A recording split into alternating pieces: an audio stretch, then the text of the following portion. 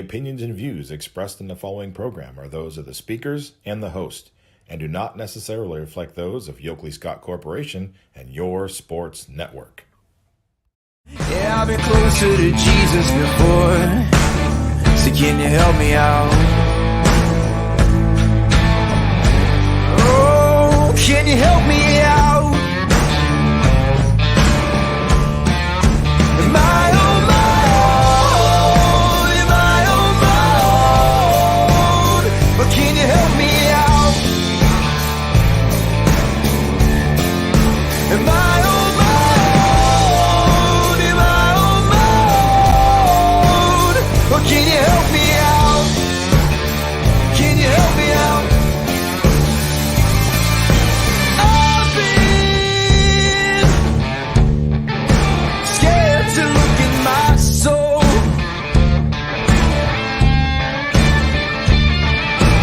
I've been afraid I would follow the road. Yeah, afraid of the things I've been told. Hello, everybody. Welcome inside a Monday episode of Running Point on YSNLive.com, brought to you, as always, by our good friends over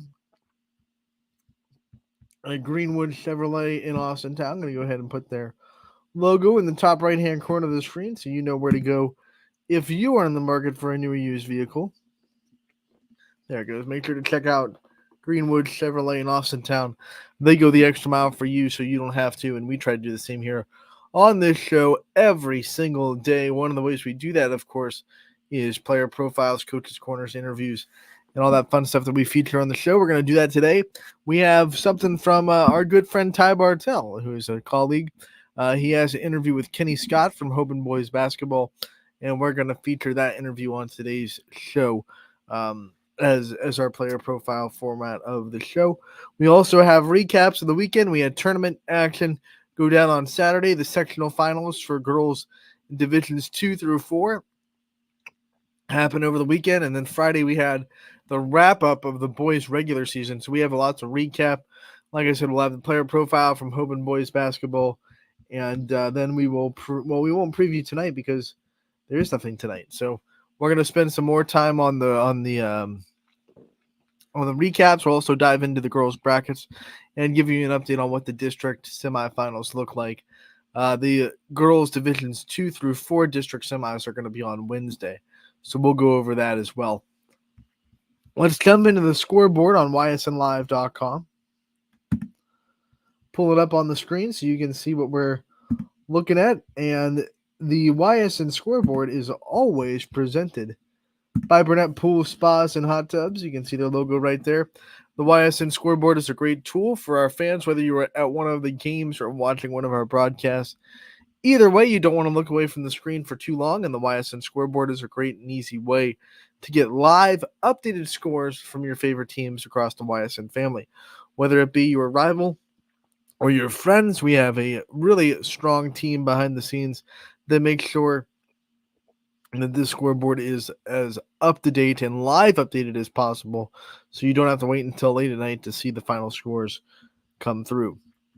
The scoreboard is set to Saturday right now, but we're going to go even further back in the past to start. We're going to go into Friday and talk about the boys' end of the regular season before we get into tournament time on the girls' side.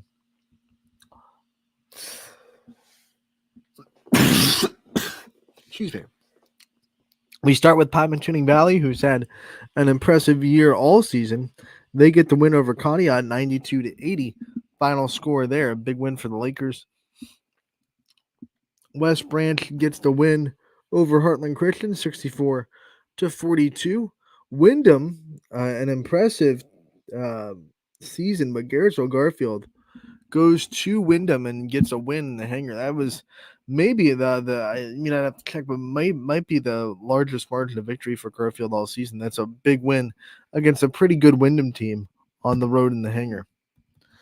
We go into the MVAC Scarlet tier as McDonald goes to Lowville, and Lowville gets the win 38-33. They protect their home court against the Blue Devils.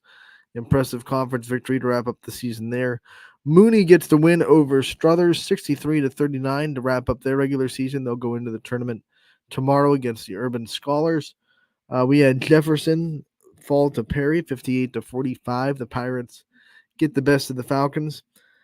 Fitch Falcons, they go to Uniontown Lake and they lose by 7, 57-50. The final score. Newton Falls goes into overtime to beat Camel 50-45. Hoban takes care of Cheney at home 75-49. The final score there. This was the one that all eyes were on. Columbiana hosting Lisbon, the EOAC on the line.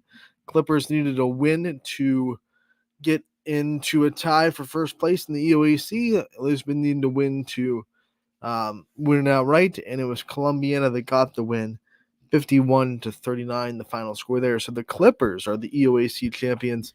They'll share that title with Lisbon, so they are both going to be putting up that banner in the gym, claiming the conference championship. They both go into tournament time. I think still feeling pretty good about themselves, and we'll see what happens when the tournament comes along. And last but not least, Warren JFK.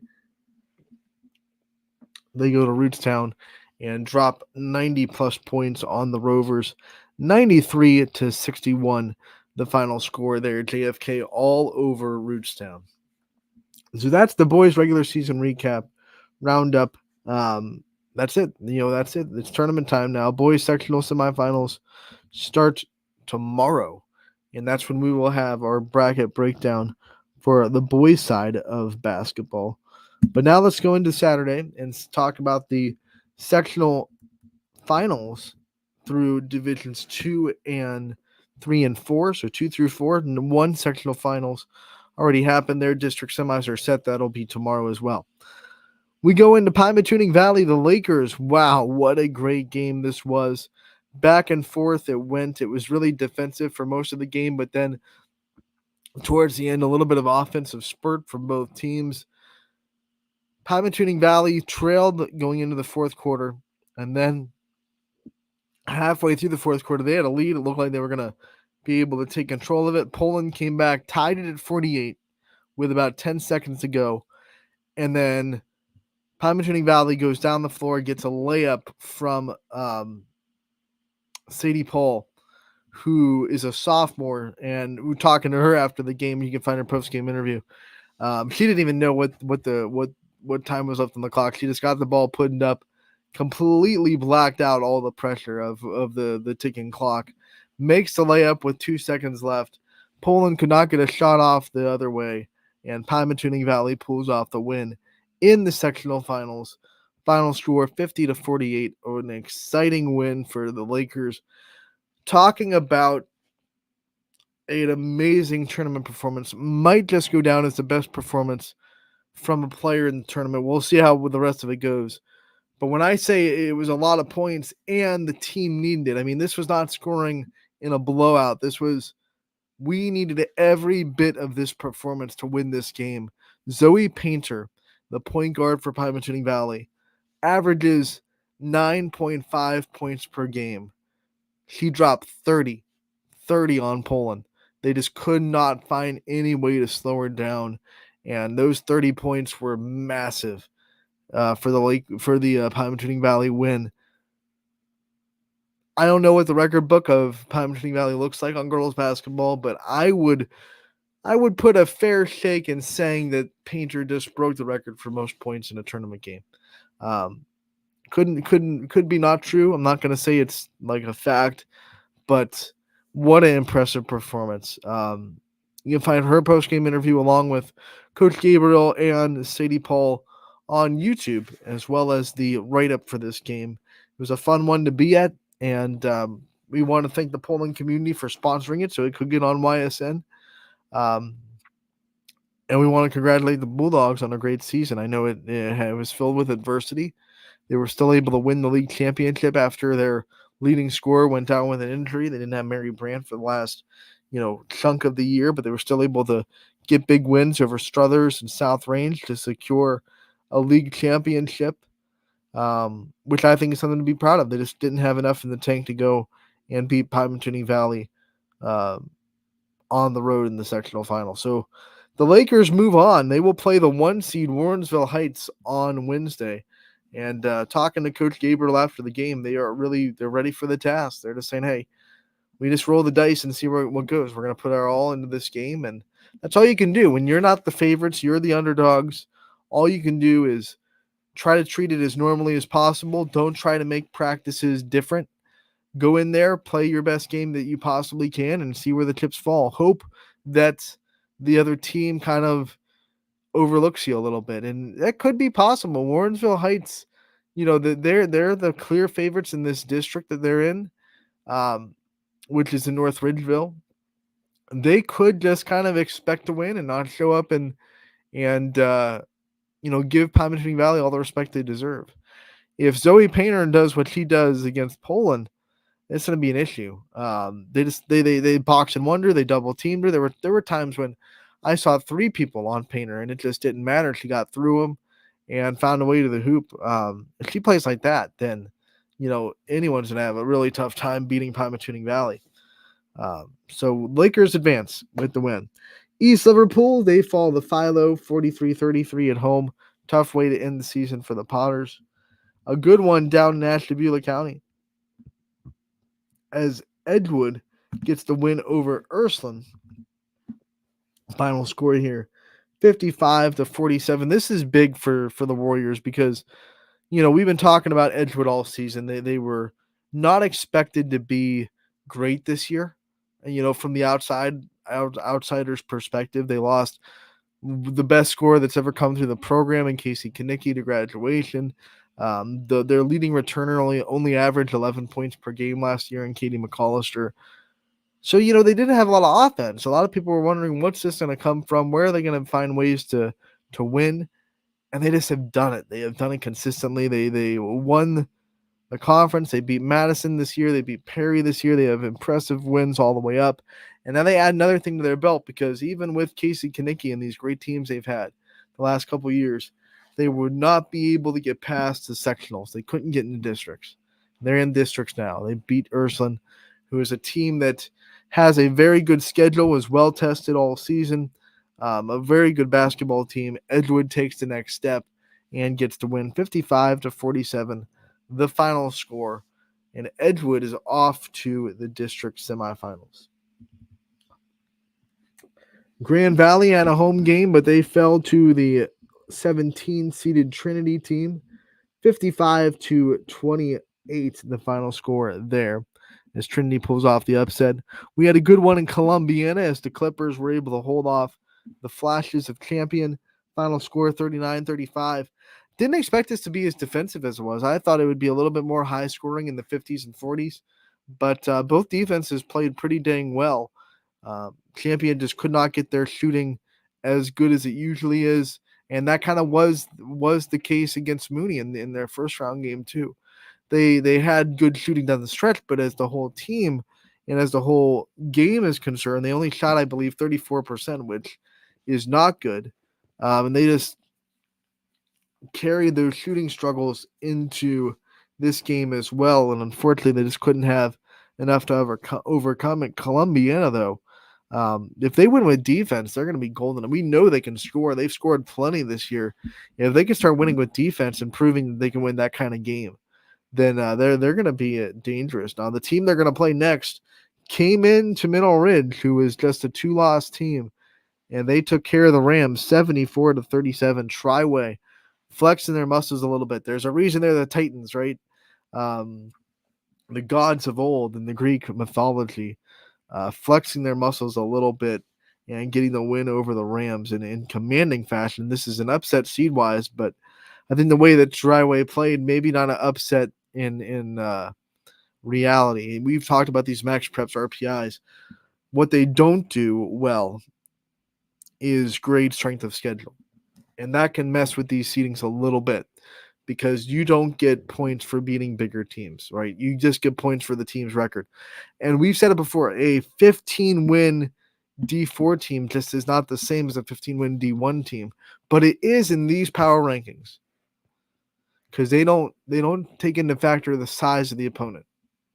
And you could have wins against really good Division One teams that just mean the exact same as Division Four, and I've talked about it at length. Division One is just different. That's why you're seeing 41 seeds get wins against top 15 seeds in the sectionals, because D1 you're constantly playing other Division One teams. You're constantly playing high level basketball. Most of the competent D1 teams, even if they're 500 or just below 500, they have one or two players on their team that can really beat you.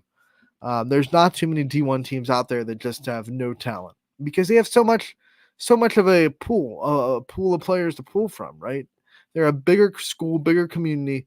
They have a greater chance of finding talent in that community.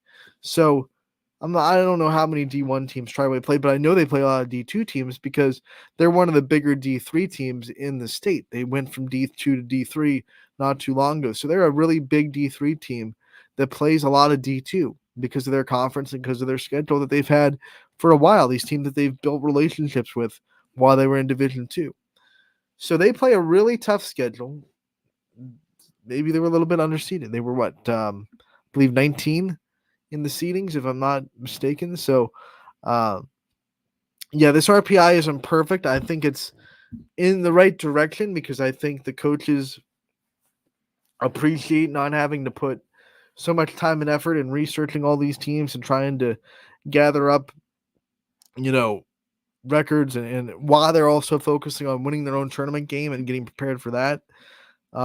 So it takes a little bit of the hoopla off the coach's hands, but there are definitely, I think, tweaks that need to be made. And I think one of them is definitely the size of the schools you play should be a little bit of the factor. When we do our power rankings, although the size is not the biggest factor, because that hurts the teams that do play, don't have the opportunity to go play D1 teams. When we do our power rankings, our algorithm does have size of school as a factor. You do get a little bit of boost if you go play an upper division school. That's just how I think common sense tells you should grade these teams.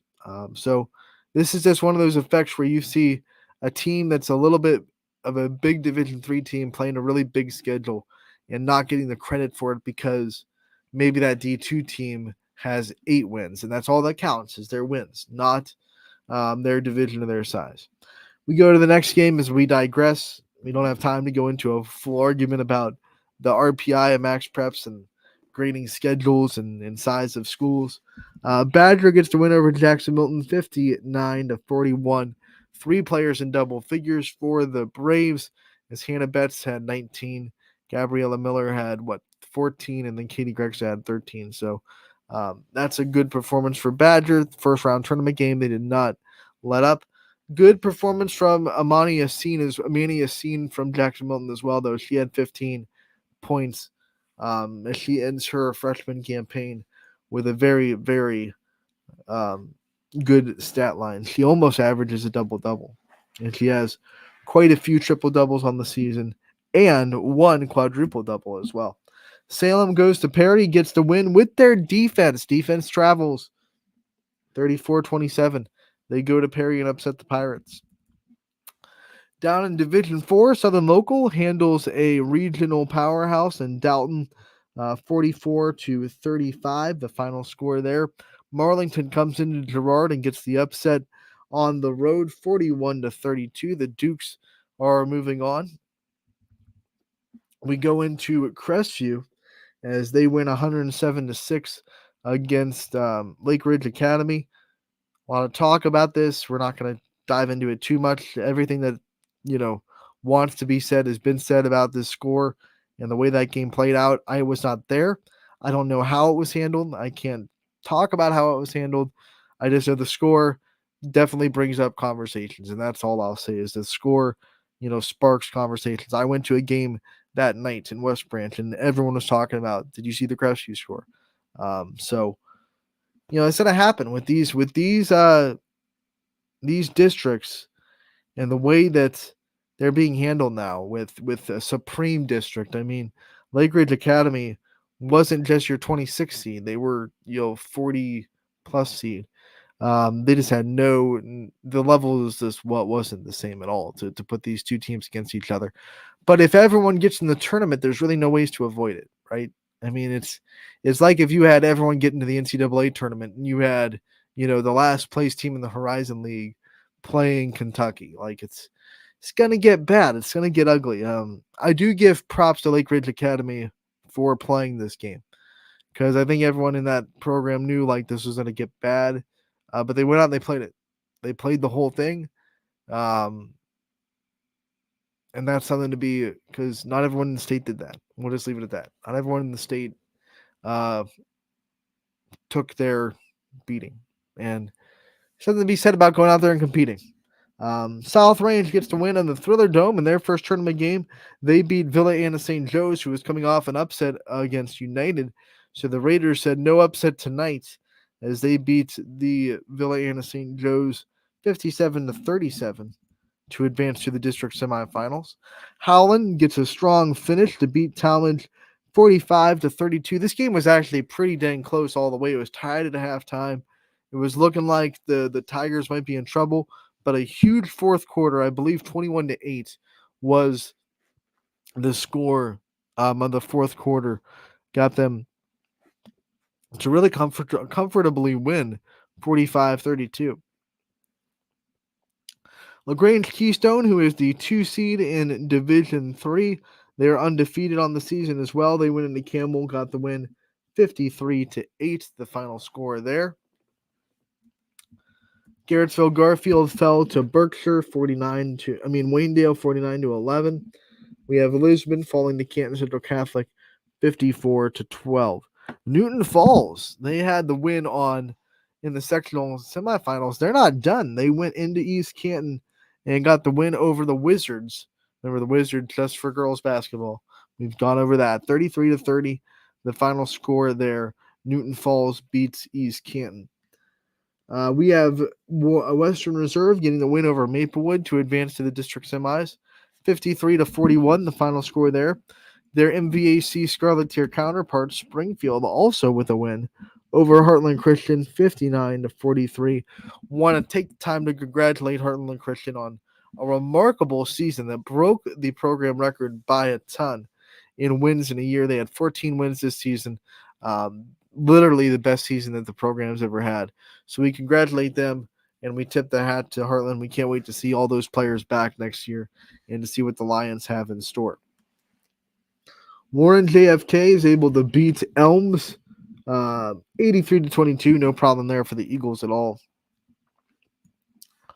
Lowville able to beat Youngstown East 31-30. That one got a little dicey for the Rockets at home, but they advanced to the district semifinals. They find a way. Canfield, no problems at all with Cleveland Central Catholic. They win 58-14. They have a rematch in the districts with Salem. This one was a district championship last year in Streetsboro, and now it's a district semifinal this year in Uniontown Lake. So a rematch between Canfield and Salem in the districts. Streetsboro, talking about them, they got the win over Niles 67-22. They're going into the district semifinals as well. Louisville, I saw the Panther, and my brain said leopard. Elaine Catholic beats Orange and ends their season 60-46, the final score there. On the bottom, we see that East Palestine fell to Cornerstone Christian, but actually put up pretty dang good fight, especially defensively. 34-23, the final score there. And then last but not least, this was a nightcap because West Branch hosted the wrestling sectionals in the morning, so they had to push this game into the night in prime time, and it was the Warriors that got the win over Hubbard 61-10. This game was a very slow start. I was there taking pictures. 3 minutes into the game, it was still 3-3. It was like both teams were trying to find out who was going to be the one to have that spark. It looked like Hubbard was actually going to, compete pretty well in the first, couple minutes. It was 6-5 at one point because West Branch came down, got an and one, but Hubbard answered pretty quickly with a bucket to make it 6-5. And then, as you can tell, from 6-5, it got pretty ugly as Hubbard scored 5 points from the rest of that game and fell 61-10 to a very good defense in West Branch. Can score, but they're going to rely on their defense to win these big games coming up. So those are your sectional finals. All the scores are done. All the stages are set. District semifinals start on Wednesday for divisions 2 through 4. They start tomorrow for Division 1. We already went over the Division 1 semifinals, though, because we had time to do that on Friday. So what I'm going to do is I'm going to pull up the brackets for divisions 2 through 4. And we are going to look at what district semifinals we have in store for us today. Give me a second to pull up the Northeast District database so I can get these back to you. And now we'll put it back up on the screen, and we'll dive into what these district brackets look like after the sectional finals were done. Let's go in Division 2. As we have these district semifinals set, as Edgewood has advanced, they will go and play Aurora, the 15 seed, on Wednesday, 6 o'clock start time. And this district is going to be held in Woodridge. So the Woodridge district semifinals are set. Edgewood versus Aurora. On the bottom half of it, you have Crestwood against Gilmore Academy. So down there you have the 5 seed Gilmore and the 32 seed Crestwood, who got the upset over the 27 seed Cleveland Glenville. So that's what the Woodridge district looks like. Semifinals are set. That'll be Wednesday at 6 and 7. We go into the next one. First district semifinal here, which will be held at Nordonia. We have Laurel, the 10 seed, and one of the favorites in the districts. They get the win. They're advancing, and then they will play Canton South, a former EBC team, I should say. They're out of the EBC now. Bottom half of the bracket, Chagrin Falls gets the win over Lutheran West, They advance. They'll play West Branch, and that'll be Wednesday at 7:30.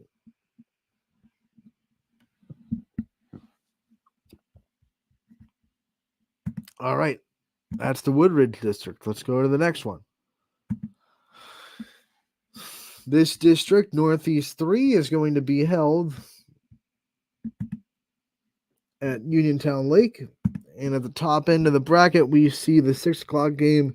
It'll be the 1 seed in Division 2, Akron, St. Vincent, St. Mary. They will be playing Marlington.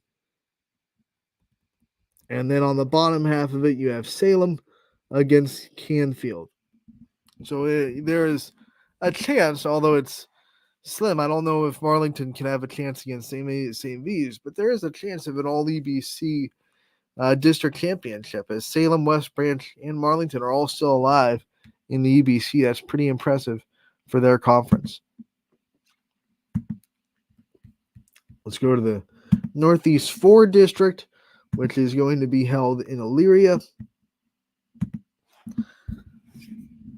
You have Berkshire. They advance. They will play Howland. And then at the bottom half of this district, you have Woodridge. They're going to be playing the 2 seed in Division 2 in Copley.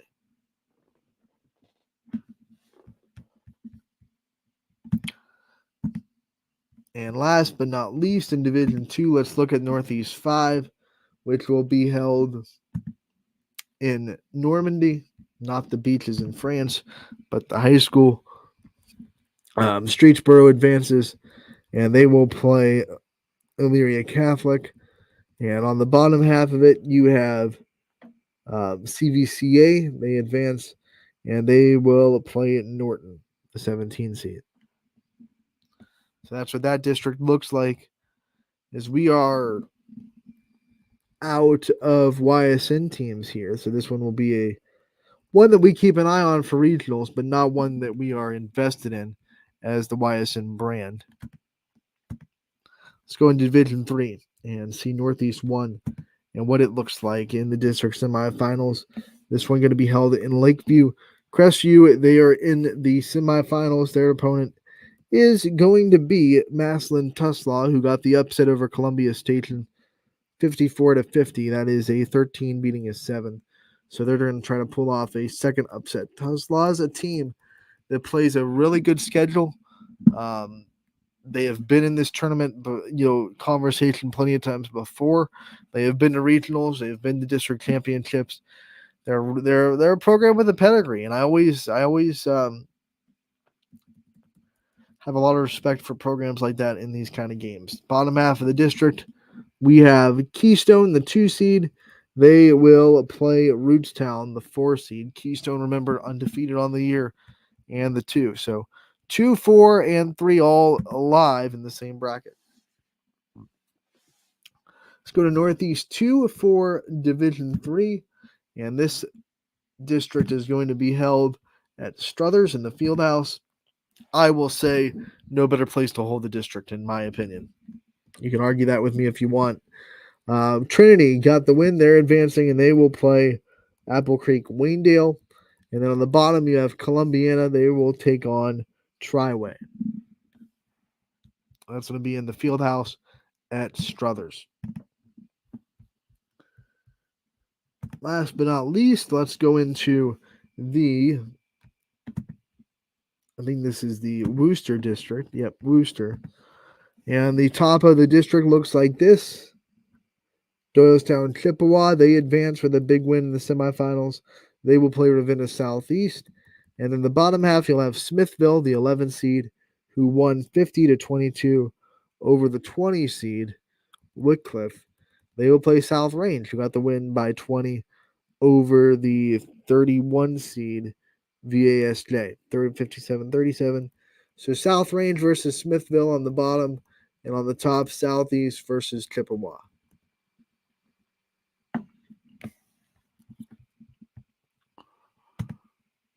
And that's your Division 3. Let's go into Division 4 and see where we stand.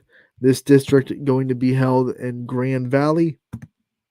And the first one of the night is Richmond Heights, the 3 seed, against Newton Falls, the 33 seed.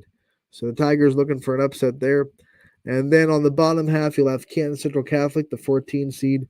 They will play Western Reserve, who is the 8 seed.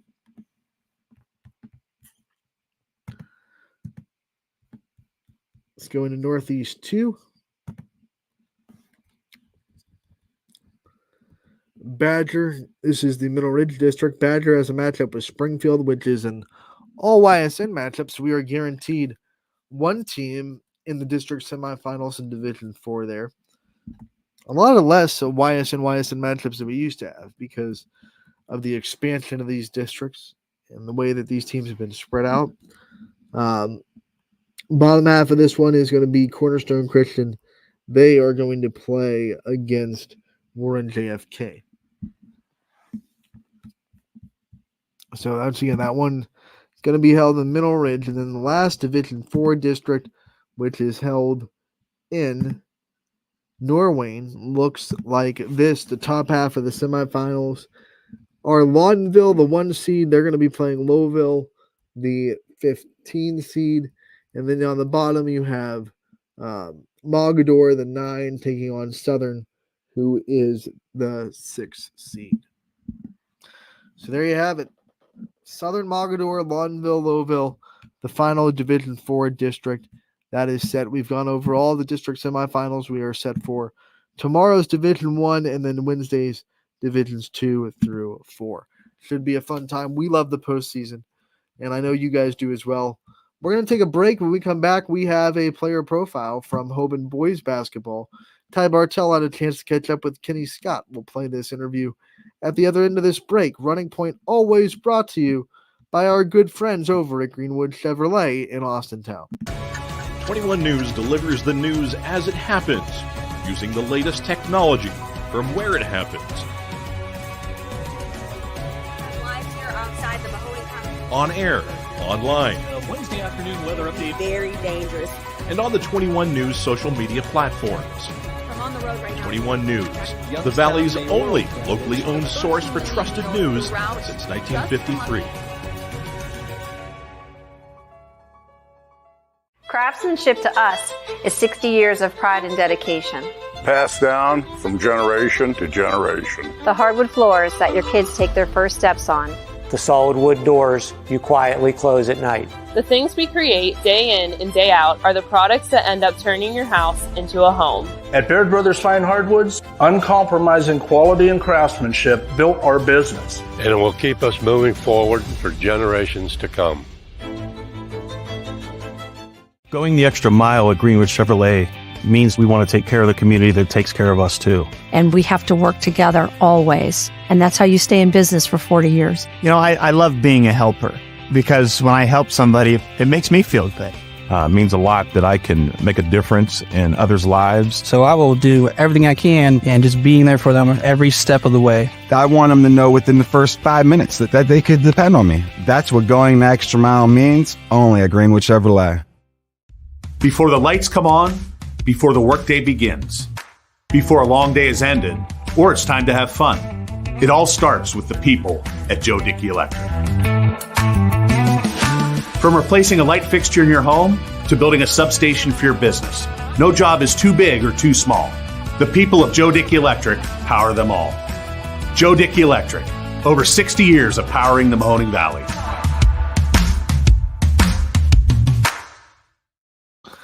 Welcome back to Running Point on ysnlive.com. It is a Monday episode. We're so happy to bring in a new week with you. Last week of February. Here we go. We have a player profile to feature today. It is from Hoban Boys Basketball, and it is going to be an interview with Kenny Scott. Ty Bartell did a good job grabbing this for us over the weekend. Hoban Boys ready to try to repeat as state champions, and Kenny Scott's going to be a big reason why if they're able to do that. Let's go into this player profile from Ty Bartell and Kenny Scott from Hoban Boys Basketball. Ty Bartell in with another edition of Player Profile. This time we head up to our friends over in Akron, the Archbishop Hoban Knights, with one of their junior guards, Kenny Scott, with me today. Kenny, how we doing? I'm great. Enjoying the weekend, No doubt. Enjoying the weekend, and you guys enjoying another good season there over there in Archbishop Hoban. 15-7 you guys ended the year with. You were averaging double digits all year long. You had another successful year for yourself too. Talk about where you were just finding success this season, and just talk about this season, regular season, recap it for us as you guys head into the tournament. This season we started off bad, 1-3, but we're a tough team. We fought through the mental battles, and we're here today. Where we go, 15-7, 15-6. Yeah, and I think 13-2 you guys ended out the last few games with. So you guys found that success. What did you learn about yourself through that whole process of being down and having to kind of claw your way back into to the position you guys were in? So those when we were 1-3, or 2-4. I haven't played yet because I broke my wrist. So I was just trying to test myself, see if I could really play that big of a factor for the team, and just, pray to God that I could be that factor and help the team out. So I was blessed enough to be that factor and help the team get to where we are today. Was there a certain point in the season where you started feeling your confidence growing in yourself again as a player and being able to really help contribute to this team? Yeah, for sure. Because confidence is a big thing in basketball. People don't really think about that. Yeah, confidence. It's all. I would say 60% of the game is mental, and if you're not winning the mental battle, you're not really being your best ability, being your best player. I can say I've been through that a couple of times for sure. So yeah, that first game coming back, that was in Cincinnati. It would just felt good playing out there and just like you said, regaining confidence and things like that. What is some advice you give to maybe some of those players, some of those younger players when they come up through the ranks too, that maybe have those confidence issues too? Always a tough adjustment going to that varsity level and trying to be consistent at that level. Oh yeah, for sure. So I started last year for Glen Oak. I'm a transfer, right? Yeah, no doubt. Yeah, so I started last year for Glen Oak as a sophomore. And I had a few confidence, wasn't really shooting the ball well. But it's just like you just gotta get in the gym and work about it. Like you just gotta work, and then once you start seeing it go in and just having just it's all about repetition. That's really all it is. That's what I would say. Everyone always, there's always different reasons for why people are enticed by Hoban too, but I always hear the family aspect of Hoban and just the welcoming environment. What about Hoban that kind of enticed you, brought you into this team, this culture that made you want to become a Knight? For sure, like you said, it's very welcoming. I had went to a few other schools, but just Hoban was very welcoming. Coach TK is something that really stood out. He said something the coaches never said. He said, "Don't come to Hoban for basketball. Come to Hoban for the school." You know, so I just really took it as I really like what he said, and I really like the players. My guys Joey, my guy Cam. Of course Jonas. So all the guys was cool. Like I can name everybody, but yeah, everybody was cool and things like that. Let's talk about the fact that the success you had this season too, and you mentioned Coach TK, a legend in all aspects. I think too. No, there's not a bad thing anyone could say about Coach TK. Take us into one of his practices a little bit. What's it like being in a Coach TK practice, prepping for a game? Oh, prepping for a game? It's really like college. I'm not gonna lie. So I don't know if you remember, Joey said Coach TK likes to let us know what the team likes to do, what they want to run, how the individual players play. It's exactly like that. Like we study the film, we study players, so we know what is gonna be coming when we play the game. So that's so when we start to practice, we just warm up, stretch, and then get some shooting in. But the rest of the practice is basically us going through their plays and going through situations in the game. That's going to happen. You got to be a student in the game, no doubt. And like Coach TK said, go there for the school. And you're very good in your studies academically as well. I believe you were sporting a 4-point plus GPA as well. So very good student as well.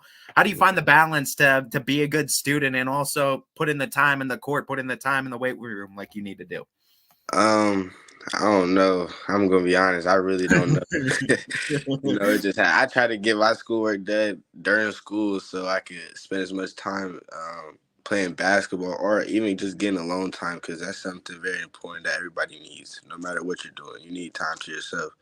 So yeah, I just try to get my work done as soon as possible, get out the way. Do you find any kind of parallels in studying for school academics and then studying for, like you said, a basketball game, as you know the plays and studying for an opponent?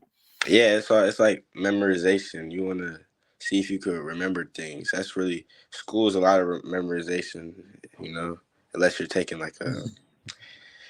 a debate class. Yeah. So it's a lot of memorization. Let's talk about the first chapter in your basketball career. We're talking a lot of the recent ones. I'm going to go back to that first one. What's some of the earliest memories you have in the sport of basketball when you remember getting involved? Oh, when I was real little, what's the earliest chapter that you remember? Earliest? Oh no, I remember YMCA days. I was just out there giving buckets. I was out there giving buckets. You know what? I've always been a really good passer though. That's what I say. I've always been a really good passer. I just like passing to people, seeing other people get a bucket. So I don't know. That's something I remember.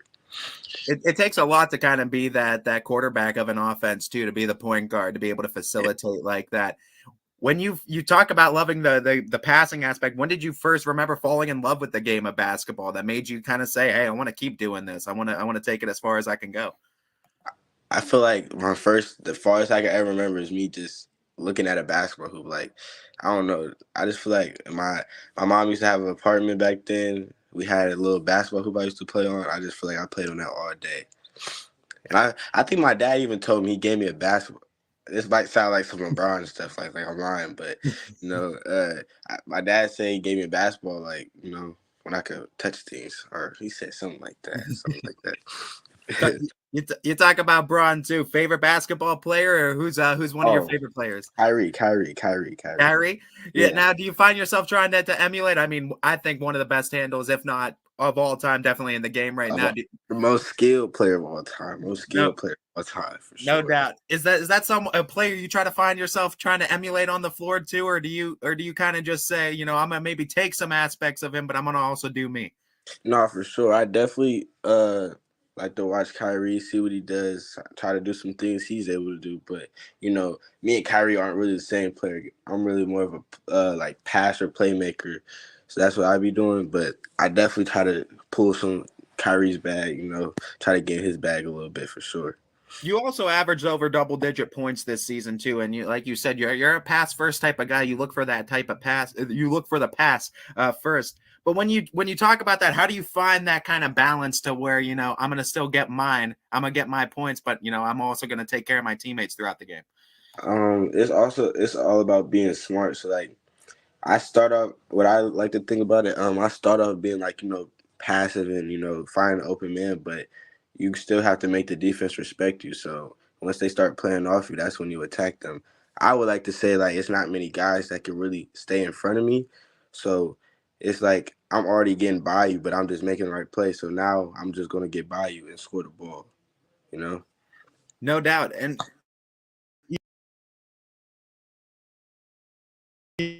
I think it's always finding that balance too of when they can also be effective and not just fall into I need to pass kind of mindset.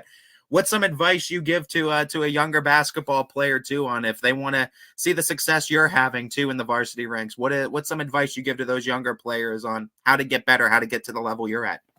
I would say just study the game and just put your work in. That's what I mean. I know you heard it 1,000 times, but that's what it is put your work in and be a student of the game. What's something that junior Kenny would like to tell maybe 8th grade Kenny Scott on working on the game too that you wish you would have maybe worked on a little earlier? Shoot, I would say the mid range. I could shoot the little mid range now, but back then I really wasn't shooting no mid range shots for real. I was like more of a like only layup or a 3 type of guy. So how much work did you have to put into kind of getting that mid range jumper and getting that comfortability in the mid range? I would say what summer? I think my summer, freshman and sophomore summer, that's when I really started to think about the mid range, and like I really started like shooting the mid range in the game and things like that. So yeah. When you talk about basketball players too, and I mean, I talk to so many of them, and there's never something that you can't improve on. There's always something you can improve on, rather. When you talk about that too, what's something you're looking to improve on your game too? Always wanting to get better, always getting that 1% better every day at a time. I say shooting off the dribble, just to keep it general. Excuse me. Yeah, shooting off the dribble, just whether that be a 3-pointer, mid range, because I'm still improving on that, but just shooting off the dribble, make people respect me.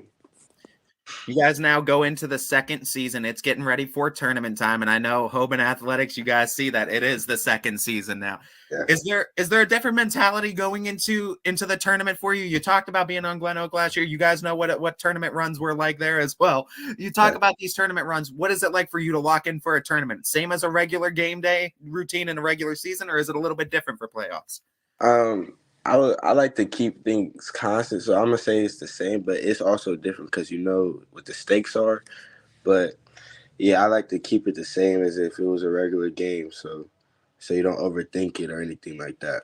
What does a game day routine kind of look like for you? For me, shoot, if we got school that day, so go to sleep by 10, wake up, go to school, and I really don't be talking on the game day. I mean, I laugh with my friends and things like that, but I don't really be too conversational. And after school, just get we usually do a little walkthrough. Sometimes we do a walkthrough, we'll watch film. We do something called chapel. So that's like a guy goes up and he says like some quotes or he gives us a story that he wants to talk about so it could help the team. And then we have team meal. So we usually have like some Chick-fil-A, some Canes, anything like that. And then yeah, we all chill. So for me, I usually just go sit in the sports medicine room, just talk with the athletic trainers and things like that and be chilling. And then when JV starts, get some shots up in the alumni gym. So that's usually how I be. So you're saying you're kind of like a big fan of that kind of visualization of success. So you're not trying to talk to anyone. You want to kind of keep your mind in the game on the hardwood all day long. Yeah, for sure. You talk about your success that you're having this season too. You guys are getting ready for tournament time. This is now, I mean, for the seniors, this is their last ride, and it's also kind of in the same breath that transitional period for juniors to seniors, and you yourself becoming more of a leader too. What are you learning about yourself in taking that next step and trying to become the leader of this team, one of the leaders of this team, as you're going to be expected to be next year? Yeah, I'm just learning how people. So I think being a leader, you got to learn how to talk to people. So know people's tendencies, not just like on the basketball court, but like as a person. So that's one thing I've been trying to take away. And yeah. Kenny, before we let you go, I want to give you that opportunity to kind of shout out your support system, shout out the big influencers that have been there along the way and that you couldn't have done this journey without. Shout out my whole family, but most importantly, my mom, my dad. Those are my biggest supporters, of course. I wouldn't be here without them. You know, my dad started me at a young age, and then my mom, she's just been here the whole time, so supporting. No doubt. Always got to give love to mom and pops. No doubt as well. Kenny, we're so excited for what you've been able to do this season. We're so excited to see what the Knights can do on another tournament run. As we have no doubt we're going to be talking to you again real soon. As best of luck and best of success to you in the future. Thank you. There's been a first edition of Player Profile with Archbishop Hoban Knight point guard Kenny Scott. Ty just said it, Kenny Scott from Hoban, as they try and start a run back to the state championship game. The Knights won it last year. Their quest to repeat starts this week. And as I said before the interview started, Kenny Scott will be a big reason why they're able to do it, if they do indeed run it back. That's a great way to end the show, I'd say, man. What a Monday this was. I want to thank Kenny and Ty for both their times on putting together that interview. Want to remind everybody that district semifinals are set for the girls tournament, and that will be covered on Wednesday. All of our broadcasts from the districts on are going to be covered, but will also be pay-per-view. So we're not doing the sponsorships anymore. They're going to be a blanket pay-per-view. You'll have one payment of $9.99, which will get you access to all the games on that day. So when Wednesday comes around, you want to watch Salem versus Canfield, you pay the $9.99. Not only do you get that game, but you get all the games that we have on the network that night for district semifinals. And it looks like we're going to have all of the YSN district semifinals covered. So fingers crossed for that. We'll check it back on Wednesday and see if they're all green. But we are doing our very, very best to make sure all the semifinals get covered throughout the state, really. I mean, look at where these districts are being held. South Range is in Worcester. We have districts in Elyria, districts in Uniontown Lake, Norwayne, Nordonia. I mean, these are not local districts. There are local districts here. I mean, there's one at Middle Ridge and Struthers and Lakeview. Those are pretty local, but there are some that are treks. So we have great announcers that are willing to make that trip, and we have a good night planned of district semifinals. But once again, those will be a pay-per-view model when we hit the districts. Boys sectionals are going to be the exact same deal as the girls, where we will only be broadcasting the games that get specifically sponsored by someone in the community, whether it be a business or a family or someone like that. If you want to sponsor a sectional semifinal game or a sectional final game, make sure to reach out to us on either social media, any of the platforms, or you can email info at ysnlive.com. Info at ysnlive.com if you are interested in trying to get a sponsorship for a boys sectional game. That is Tuesday and Friday. So that house cleaning is done, and so is this episode. Thank you guys so much for tuning in every day. The views have been great for the last couple of weeks. I want to thank you guys for sitting down for an hour and listening to me ramble about scores and basketball and all the fun stuff we talk about on Running Point. We'll be back tomorrow from 1 to 2, and we will preview the boys tournament. We will go over the brackets. We'll see where we stand, and it'll be a fun time. Tomorrow on Running Point, 1 to 2. Don't miss it. We'll also preview the girls Division I district semifinals as well tomorrow. which means it's postseason galore tomorrow. So don't miss it. We'll be back. Running Point always brought to